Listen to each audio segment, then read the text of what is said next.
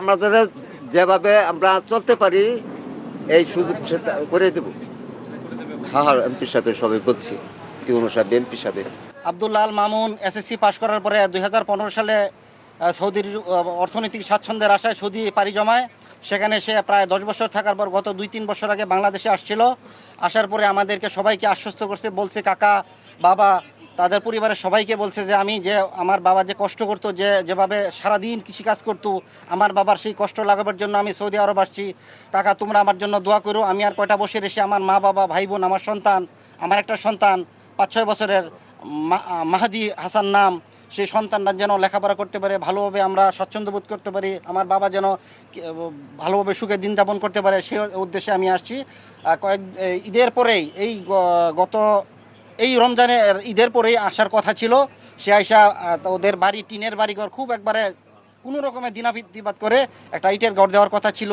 সে আসতে চাইছিল, কিন্তু তার আর ভাগ্যে আসা হলো না। সে গত 8/3/2026 তারিখে ইরানি মিসাইল হামলায় আল খারেজ নামক স্থানে সে আহত হয়। আহত হওয়ার পর সে ওই রিয়াদের একটি উন্নত মানের হাসপাতালে ভর্তি ছিল। সেখানে আইসিইউতে থাকা অবস্থায় সে মৃত্যুবরণ করে গত 17/3/2026 তারিখে সৌদি সময় রাত 11টা, বাংলাদেশ সময় রাত 2টার দিকে। আমরা যতটুকু শুনতে পেরেছি আপনাদের মাধ্যমে বা বিভিন্ন খবরের মাধ্যমে, বিভিন্ন চ্যানেলের মাধ্যমে জানছি, তার 70 থেকে 80 ভাগ পুড়ে গেছিল। সে আইসিইউ অবস্থায় মারা যায় গত 17 তারিখে। আজকে আমরা লাশ দিতে আসছি। আমাদের এখান থেকে প্রবাসী কল্যাণ মন্ত্রণালয় থেকে বিভিন্ন সহযোগিতা করছে।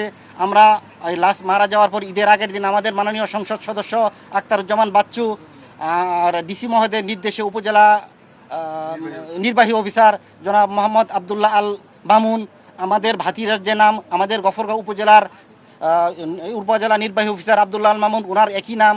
উনি আমাদেরকে এসে আশ্বস্ত করেছে এবং উনি ঈদের আগে আমাদেরকে গিফট দিয়ে গেছে, ঈদের আনুষ্ঠানিক যে ঈদ করতে হয় সেগুলি দিয়ে গেছে। এবং প্রবাসী কল্যাণ মন্ত্রণালয় থেকে মাঝে মাঝে খোঁজ নিত। এবং আমাদের এমপি মহোদয় আখতারুজ্জামান বাচ্চু ভাই, উনি খুব জনপ্রিয় লোক, উনি আমাদেরকে নিজে ফোন করেছে, সে আমাদের কাছে আসছে এবং আমাদেরকে আশ্বস্ত করছে যত রকম সাহায্য সহযোগিতা।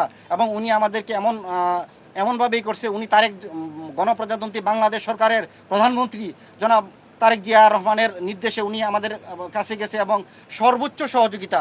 উনার যে একটা নাতি আছে, আমার এই শহীদ ভাইয়ের একটা নাতি আছে, আবদুল্লাহ মামুনের ছেলে, 6 বছর।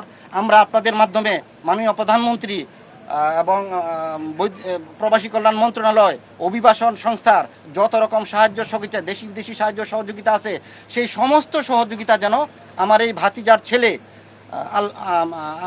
মাহাদি হাসান সে যেন বুক করতে পারে।